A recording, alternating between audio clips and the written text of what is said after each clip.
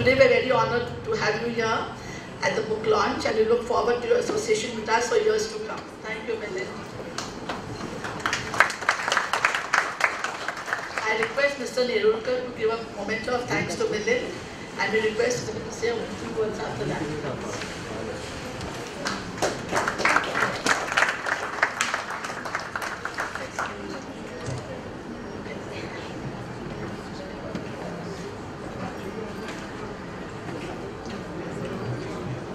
Is it? Okay. Good. Good evening, friends. Very happy to be back here once again with this very, very inspiring gathering. I'd just like to say that I'm quite excited ever since I heard about this book. And of course, Prabir thinks that he tried very hard to convince me to be here. But the reason I'm happy is because I think it's very inspiring. You know, a lot of people I meet every day, they talk about fitness, you know, especially to me, because recently, even though I have been involved in fitness and sports and health activities since I was a child, people have started talking about fitness and health today quite a bit. So they ask me about fitness. How do I be fit? How should I be healthy? What should I do? What is the first step? And I tell them that, you know, fitness starts in the mind. And they're a little disappointed because they think it's about running 100 miles or lifting 20 kilos or doing 400 push-ups. But that's not fitness. Fitness is about dealing with life. Fitness is about being positive when everything around you can make you negative. Fitness is about spreading positivity amongst everybody around you, creating an environment where everybody can be their best. Not in competition, but as individuals. What is the best you can be in your situation?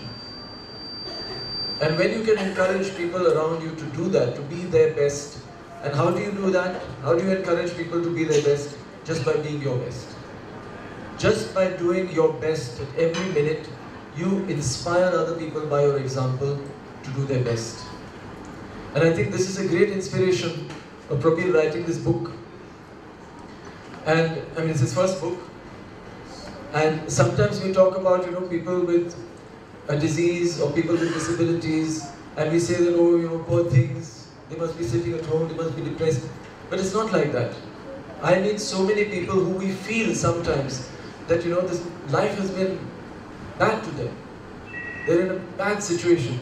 But when you meet them and you see what they're doing, you're amazed. That they're so full of positivity, so full of enthusiasm, so full of excitement for what life has to offer, that it becomes inspiring for everybody else.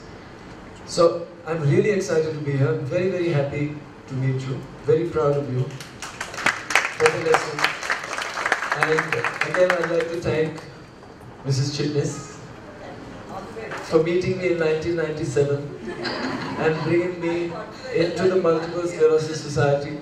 Always very happy to be here, to be part of all the activities. I would like there to be many more, and I think this year there have been more activities. Too many? It's never too many. We should do more, and as far as possible, I will try to be there. Thank you very, very much. And now, the next thing I look forward to doing is reading from the book. Okay, thank you. Now, thank you, Milind, for your lovely words. Now to the star of the day, Prabir Singh Gupta. He is a MS warrior and has made us all very proud today on World MS Day. In spite of his MS problems, he has achieved his dream of writing and publishing a novel. MSSI has publicized his launch of Prabir's book all over the MS field.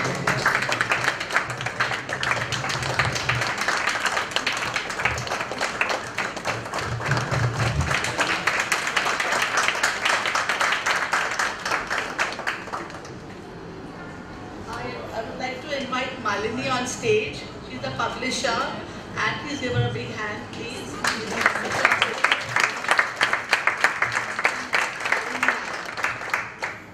Now I request all the audience and everyone present here to just stand and hold hands and let's form a human chain. You just show us solidarity to NS. Just be in your places and you can just invite one among the team, a lady who has made it all possible, the publisher of BecomeShakespeare.com, Malini Nair. Thank you very much for your contribution. Thank you for the applause. Kindly share with us a few words, Malini, about making it all possible, the association with Probate. Title Waves. And I'm sure we're going to be creating waves out here with the author Probir.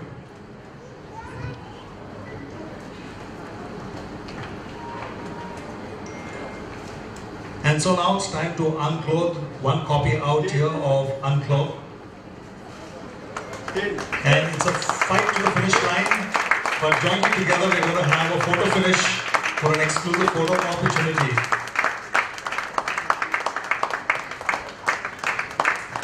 So here presenting Unclothe by Probir Sengupta.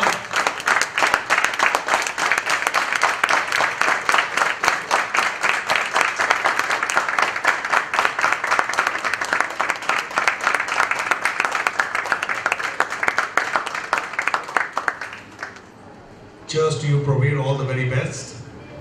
Not forgetting, post the event we'll be having the signing of the copy, so please ensure that you have your copy to be signed and personalized by Probir, our author. Taking the celebration of the book forward, I'm firstly going to invite Probir to share a few words about specifically the book and his thoughts about the characters that flow through.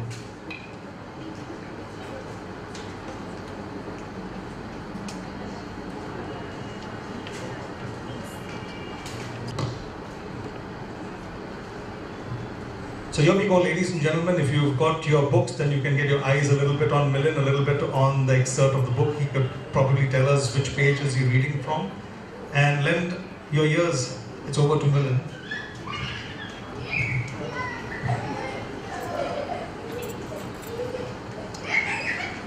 "27.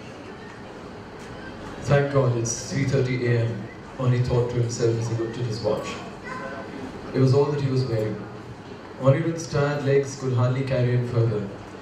He had been using the darkness to hide his nakedness while he ran as fast as he could, but he still had a little more to go. Heaving, he stopped to take in a couple of breaths.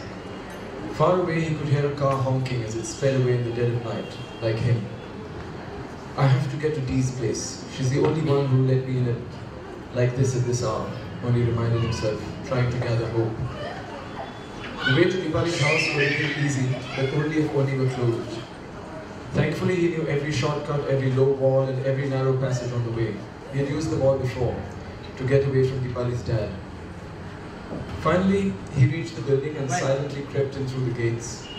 As luck would have it, he came face to face with the watchman. Oni knew him.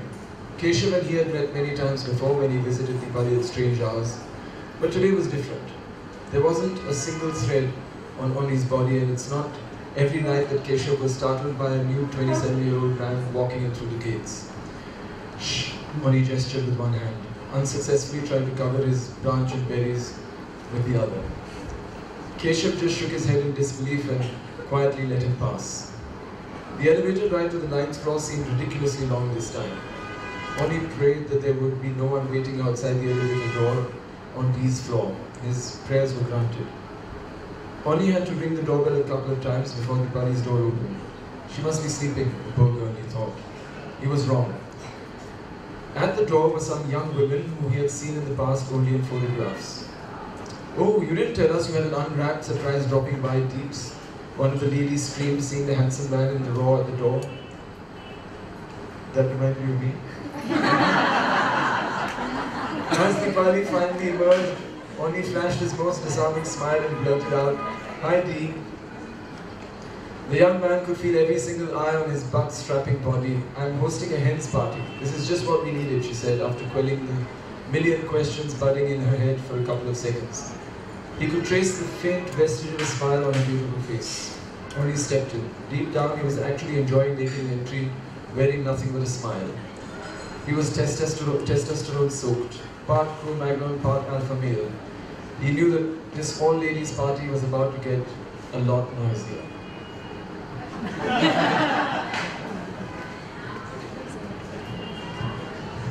I hope you enjoyed it so far. And I hope you'll enjoy it even more when you read it. That's it from me. Thanks a lot, Milind.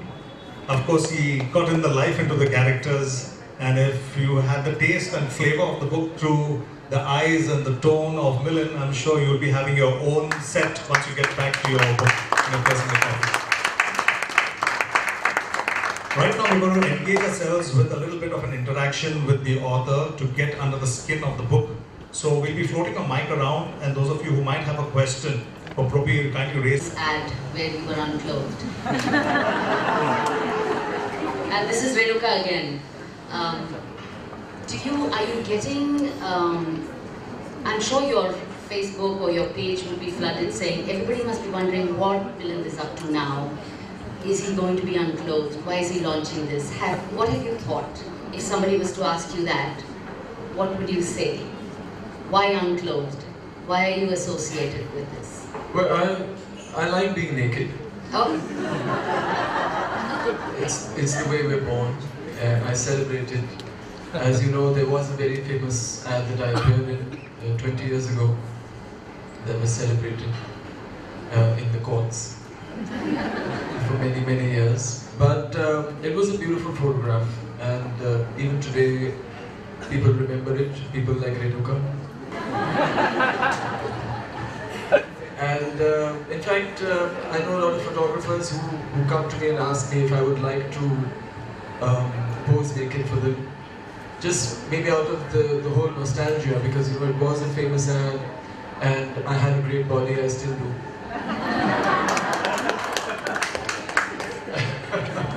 I worked hard at it. And so if there was an opportunity and there was a great photographer and I thought that we could make something beautiful and artistic, I would definitely do it. Definitely. I'm sure to all of you. Okay, we have one final question for this evening, because many of you have got questions, but because of the constraint of time, at least one question per person. We have almost accommodated. Madam, your last question? Yeah. Name and question. Probi, if you were to go for a second edition, would you make some changes in your plot or just the same? No. It would absolutely be the same. It would absolutely be the same. There would be nothing changed. Thank you for joining us here to grace the occasion. And everyone, all members who have supported from the Multiple Sclerosis Society of India, appreciation to you one and all. Not forgetting Tidal Waves Bookstore for making it possible. And the publishers, BecomeShakespeare.com. Without you, this book would not have been possible. Malin and I, thank you very much, and the team. So finally, before we close up with the last word from Mrs. Chitnis, I'd like to remind you that copies of the book Unclothed available at the cash point. Please collect your copies. We'll be having the opportunity of the signing